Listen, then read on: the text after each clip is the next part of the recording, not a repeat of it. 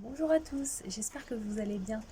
Dans cette vidéo, je vais vous faire part de l'erreur la plus fréquente que je rencontre auprès des personnes que j'accompagne, notamment pour tout ce qui est VAE du diplôme d'état d'éducateur spécialisé, mais également la préparation au concours de moniteur éducateur par exemple, ou bien des mémoires d'étudiants en psychologie notamment. Puisque, comme vous le savez, je suis diplômée en psychologie, en criminologie et en éducation spécialisée.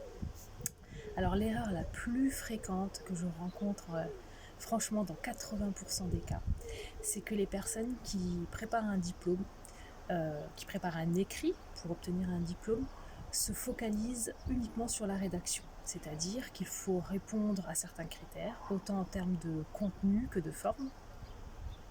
Et donc les personnes écrivent leur texte, voilà, en se disant il faut que je fasse bien comme ci, il faut que je fasse ça, il ne faut pas que j'oublie de mettre ci, oh il ne faut surtout pas que je mette ça, etc. L'erreur que beaucoup de personnes commettent, c'est qu'elles ne font pas le lien entre leur mindset, c'est-à-dire l'état d'esprit dans lequel elles sont, et leur manière de rédiger. C'est-à-dire que quelqu'un qui rédige en étant stressé, en ayant peur d'oublier quelque chose, en ayant peur d'écrire une bêtise, en étant parfois abattu, en se disant oh là là, ça j'y arriverai jamais, etc. Tout ce qui se passe dans votre esprit, dans votre tête, au moment que vous écrivez, en fait, va transparaître dans votre écrit. C'est logique. Je pense que beaucoup d'entre vous lisent des livres de temps en temps, ou même régulièrement.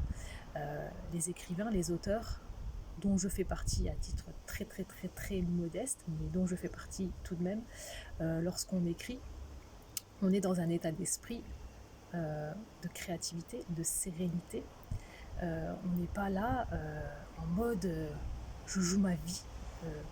Si j'écris quelque chose qui va pas, c'est la fin pour moi. Non, il faut se mettre dans le mindset pour écrire et pour rendre un mémoire, une VAE, une lettre de motivation, peu importe, pour rendre un écrit de qualité qui reflète notre personnalité et qui reflète la créativité, la motivation, l'espoir, tout ça, il faut que déjà ça se passe dans notre tête. Donc, c'est pour cette raison que, en tant que consultante en stratégie de rédaction, je ne me focalise pas uniquement sur la rédaction en elle-même, quand bien même on ne va pas se le cacher, et c'est une évidence, elle est capitale, c'est-à-dire de pouvoir rédiger un contenu de qualité et aussi avoir une mise en forme qui soit elle-même de qualité, c'est-à-dire un écrit aéré, un écrit dans lequel il n'y a pas trop de fautes, voire pas du tout, idéalement. Voilà, ça c'est une chose à ne pas négliger et qui est primordial. Mais avant tout ça, il y a ce qui se passe dans votre tête au moment où vous écrivez. Donc mes conseils pour tous ceux qui sont en train de rédiger des mémoires, de rédiger des VAE, de rédiger des lettres de motivation, de passer un concours, quand vous allez vous mettre à écrire, mettez-vous dans une ambiance propice à ce que votre écrit reflète un état d'esprit qui soit calme, serein, positif, motivé, plein d'espoir, plein de projets. Et non pas un état d'esprit qui se dit je vais écrire une bêtise, je vais pas écrire comme il faut, oh en plus ça je sais pas, oh là là mon Dieu, ça comment je vais faire, etc. etc.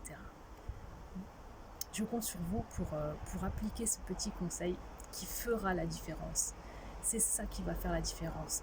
Peu importe qui, qu'il s'agisse de votre professeur dans le cadre d'un mémoire ou d'un jury dans le cadre d'une VAE, la personne qui va lire votre écrit va tout de suite se rendre compte de l'état d'esprit dans lequel vous l'avez écrit. Et ça, c'est le point de départ. Il ne faut surtout pas le négliger. Donc moi, dans l'accompagnement que je propose aux candidats, j'inclus toute cette partie de ce que j'appelle le mindset, la psychologie, pour pouvoir faire en sorte que l'esprit et l'écrit soient alignés, soient en cohérence, et que tout ça soit fluide, et que tout ça permette à la personne d'obtenir le diplôme de ses rêves, le diplôme qui va lui permettre d'exercer le métier de son choix. J'espère que cette vidéo vous a plu. N'hésitez pas à me dire en commentaire ce que vous en pensez et surtout n'hésitez pas à vous abonner. Je vous remercie pour tout et je vous dis à bientôt dans une autre vidéo pour de nouveaux conseils pleins de bon sens qui vous mèneront à la réussite. Je vous souhaite une très belle journée. Bye bye.